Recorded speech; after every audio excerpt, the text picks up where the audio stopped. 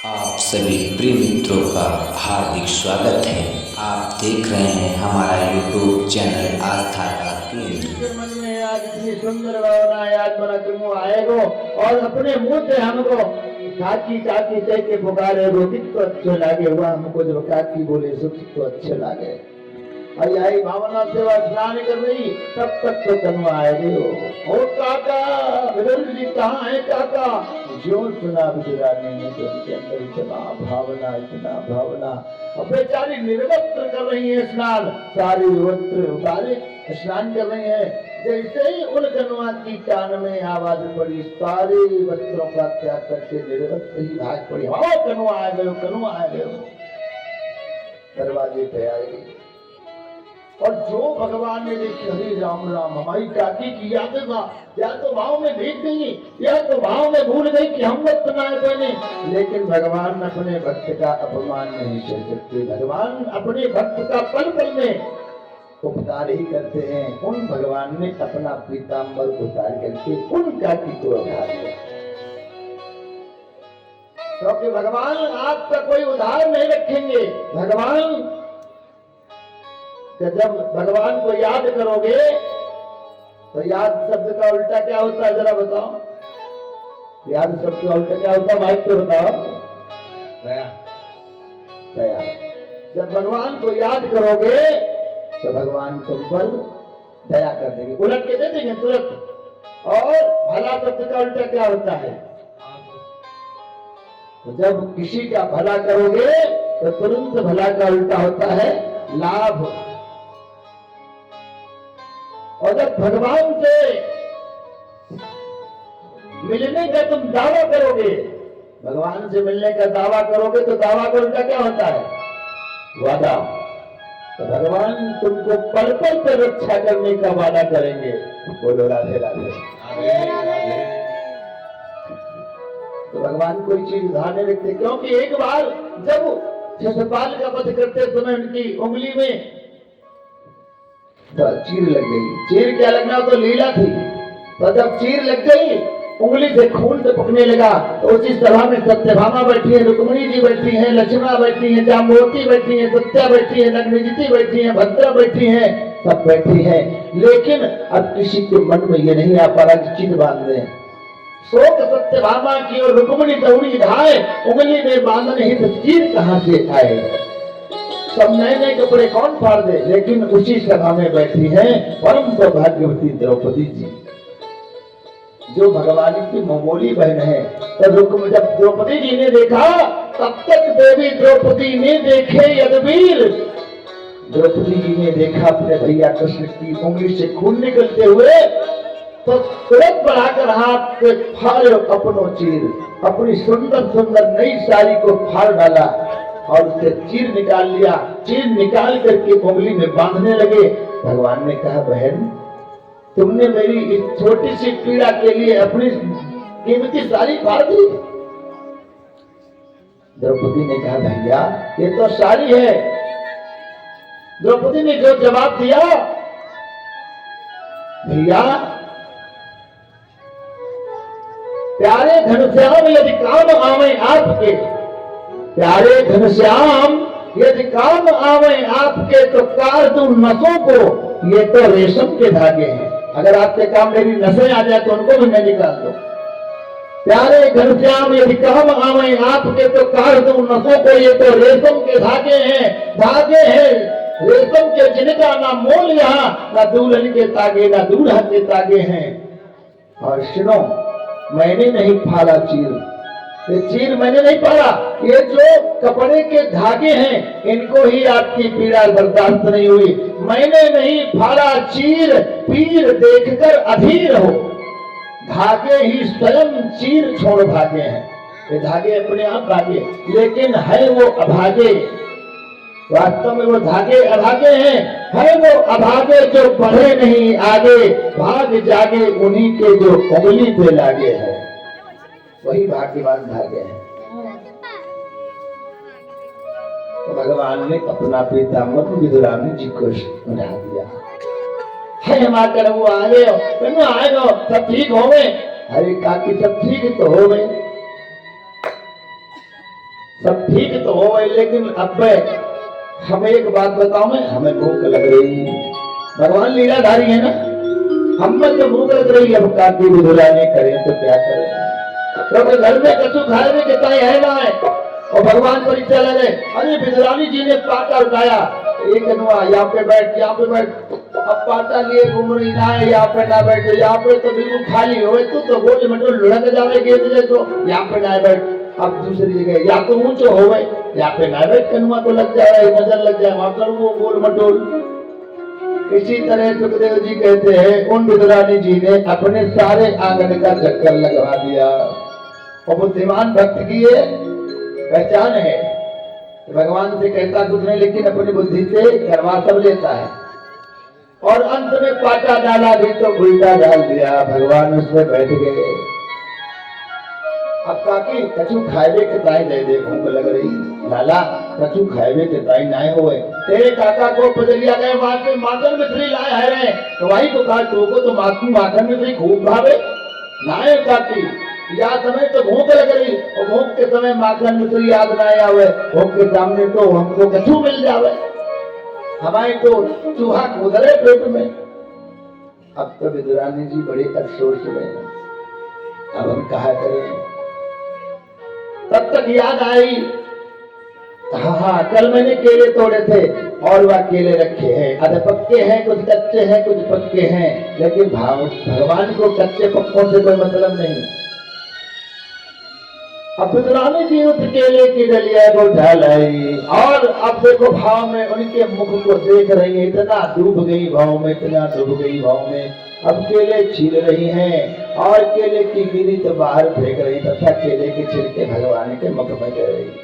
और भगवान आहा बड़े प्रेम से, मानो सारी अमृत से भरे हुए केले के छिलके। तो हमारे कवियों ने क्या गाया कि हरियाए विदुर घर हरि,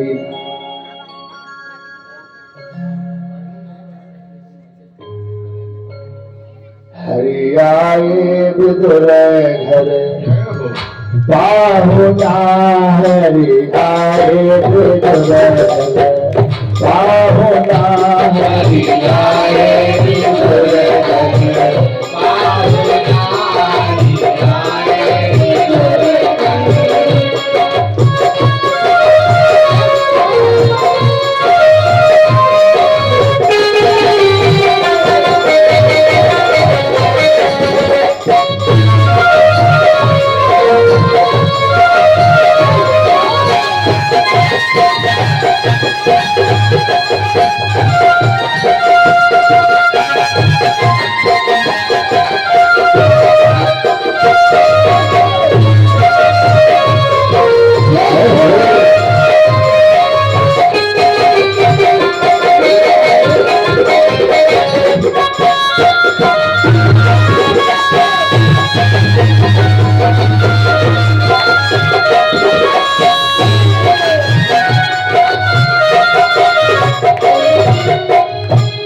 विदुर नहीं घर विदुरानी,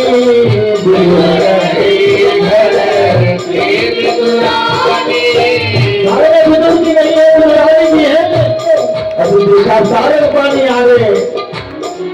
विदुर नहीं घर विदुरानी, विदुर नहीं घर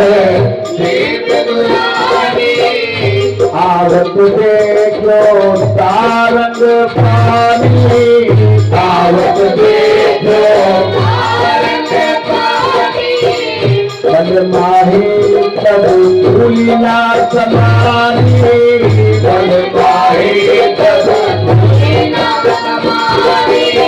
मन में बड़ी प्रसन्न है, लेकिन अब एक चिंता है। चिंता कौन सी? बहुत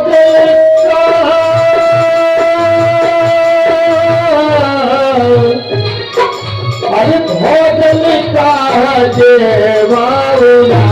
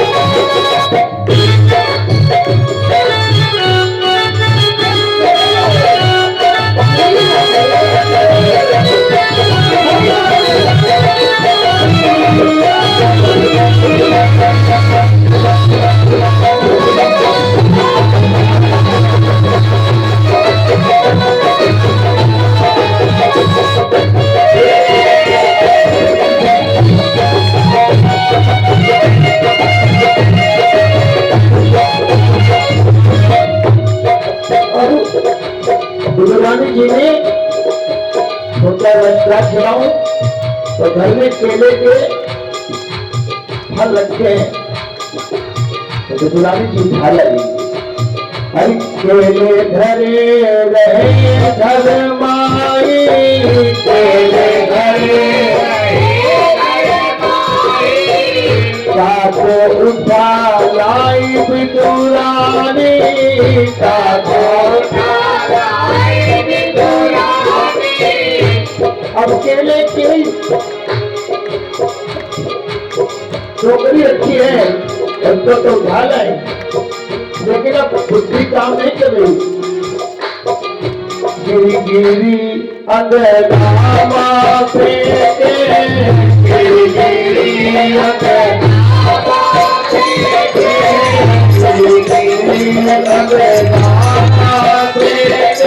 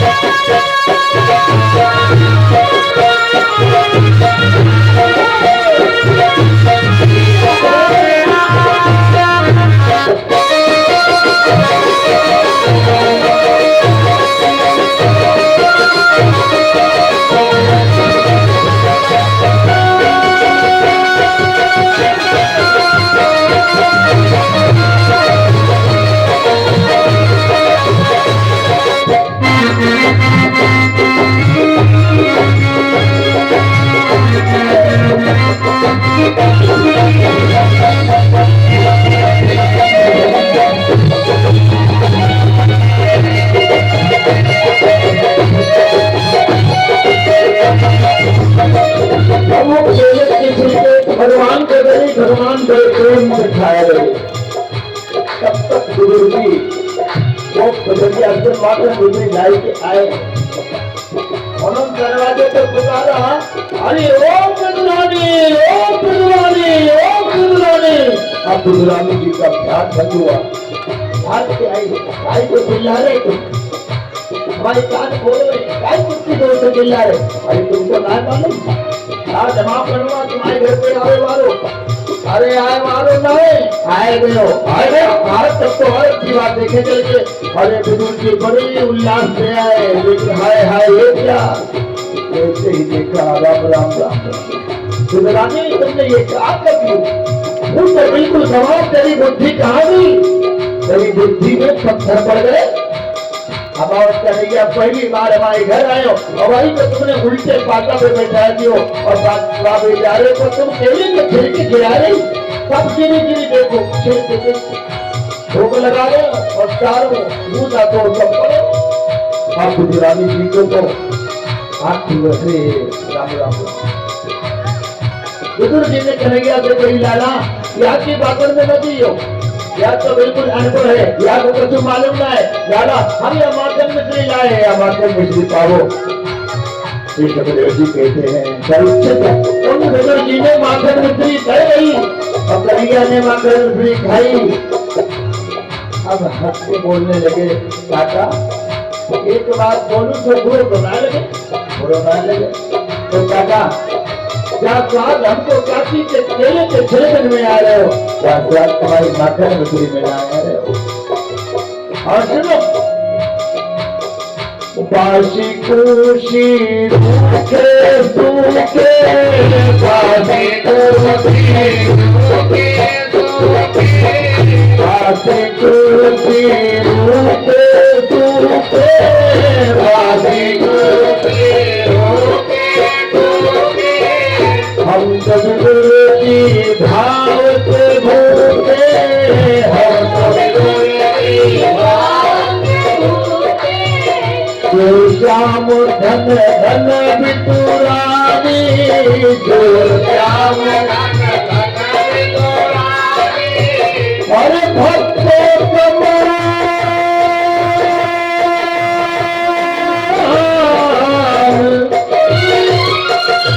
भक्त कमान बना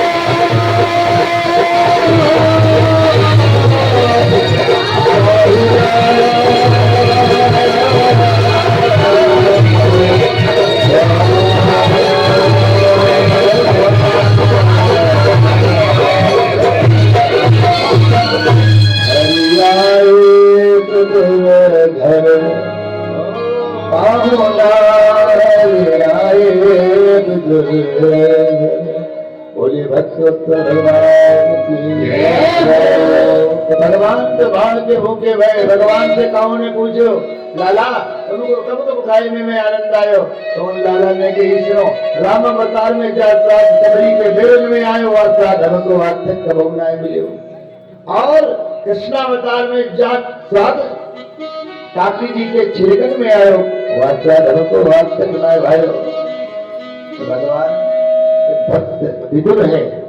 विदुर जी ऐसे भक्त है कि भगवान को दुनिया याद करती है, लेकिन जब भगवान श्री कृष्ण वैकुंठ को जाने लगे तो उस समय वह विदुर को याद कर रहे थे। और ये संदेशा उन्होंने उद्धव जी से भेजा। उद्धव जी से कहा आज मेरे विदुर की मुझको याद आ रही, जहाँ कहीं विदुर मिले तो उसको अमावस्या देश को सुनायो। तो उद्धव जी आए और उन विदुराने को विदुर जी को संदेशा सुनाया था कि विदुर उन भगवान ने कहा है कि मैं तुम्हारी याद कर रहा हूँ और अगर तुमको मेरी लीलाएं सुननी हो ना तो तुम चले जाना सरस्वती नदी के किनारे, वहां पर मैत्रेय मुनि रहते हैं और उन मैत्रेय मुनि से मेरी लीला का वर्णन सुन लेना। तो विदुर जी बड़े रसिक हैं। विदुर जी इतने रसिक हैं कि 50 कोस में भी कहीं भगवान का गुणगान हो रहा हो तो पैदल भाग जाए, ऐसे रसिक है। ऐसा रसिक होना चाहिए। और यहाँ तो महाराज 100 कदम चल करके आना मुश्किल है, कहीं पाप ना लग जाए। भगवान ने पाप तुमको इसीलिए दिए हैं कि चल करके भगवान की कथा में जाओ। अच्छा अभी नौटंकी हो और बढ़िया नाच रही हो, नाचने वाली ठुमका लगा के देखो, ये आया वो आया वो गया, तब देखो। लेकिन भगवान का नाम जो है ना ये इन लोगों के लिए विष है, लेकिन जो लोग बैठे हैं ना इनके लिए अमृत है। तभी तो बैठे इतना शांति बनाए हुए। बोले राधे राधे। तो विदुर जी चले मैत्रेय मुनि से मिलने और मैत्रेय मुनि सरस्वती नदी के किनारे रहते हैं।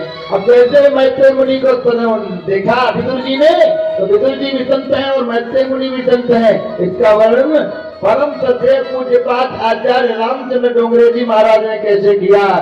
चार मिले, जब संत संत मिलते हैं ना तो उस समय का वर्णन है चार मिले, अर्थात 2 नेत्र हमारे आगे वाले तो 2 आगे वाले तो 4 मिले।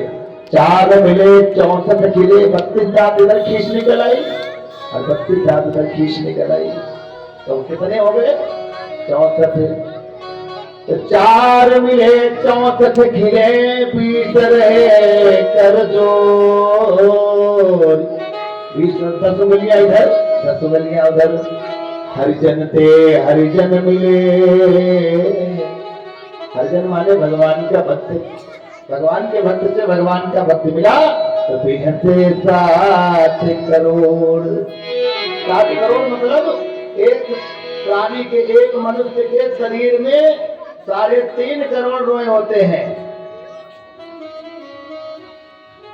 अगर रोए नहीं होंगे तो रोए के छिद्र होंगे, बाल और रोए मिला के 3.5 करोड़ होते हैं। अगर हमारी बात आप लोग न मानते होंगे तो कल से गिनना शुरू कर देना, अपने शरीर का गिन लेना, ठीक है। जब गिन के पूरी हो जाएगी तो सबको बता देना। सही में कहा पंडित जी आपने।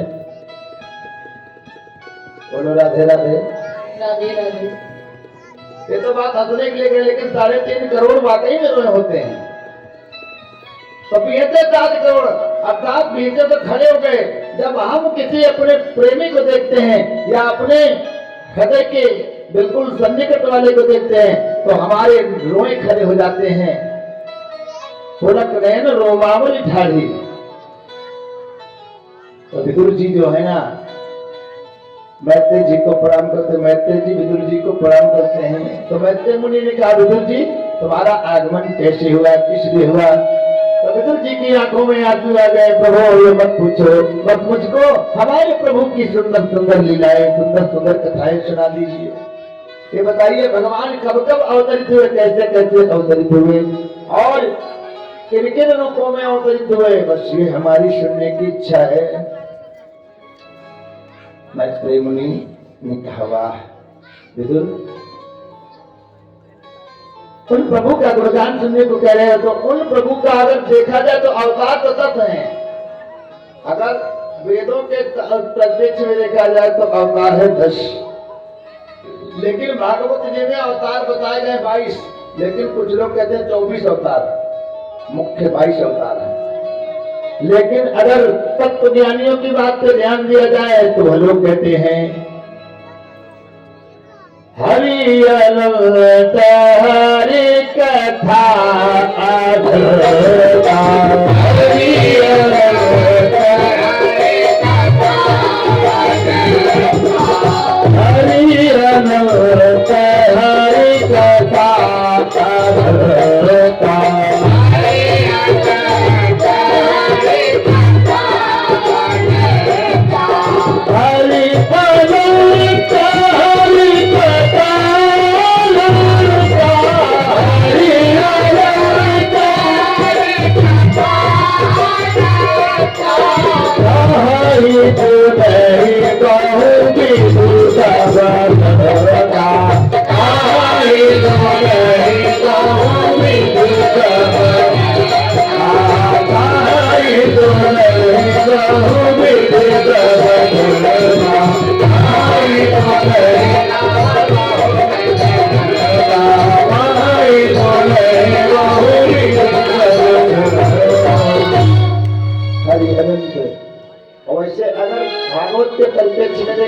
तो 22 अवतार, लेकिन 24 अवतार बताए गए ना।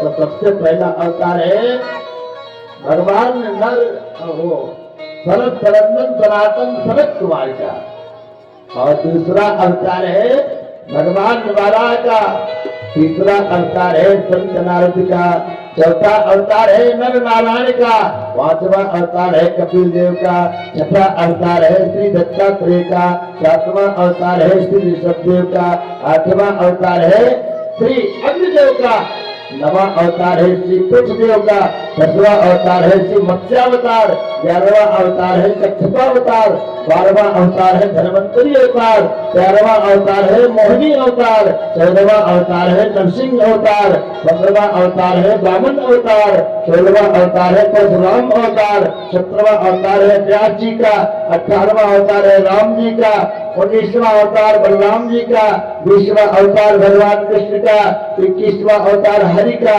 22वां अवतार बुद्ध का, 23वां अवतार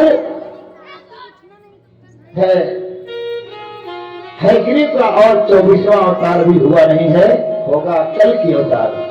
बोलो राधे राधे। बोलिए 24 अवतारों की। बोले महाराज हमको और भगवान की लीलाएं तो सुनाओ, कैसे कैसे भगवान ने लीला की। बोले सुनो हे विदुर, जब इस जगत में कुछ नहीं था, सिर्फ जल ही जल था, और जल के बीच में एक मकान था। जल को संस्कृत में क्या कहते हैं? नार, और अयन माने होता मकान।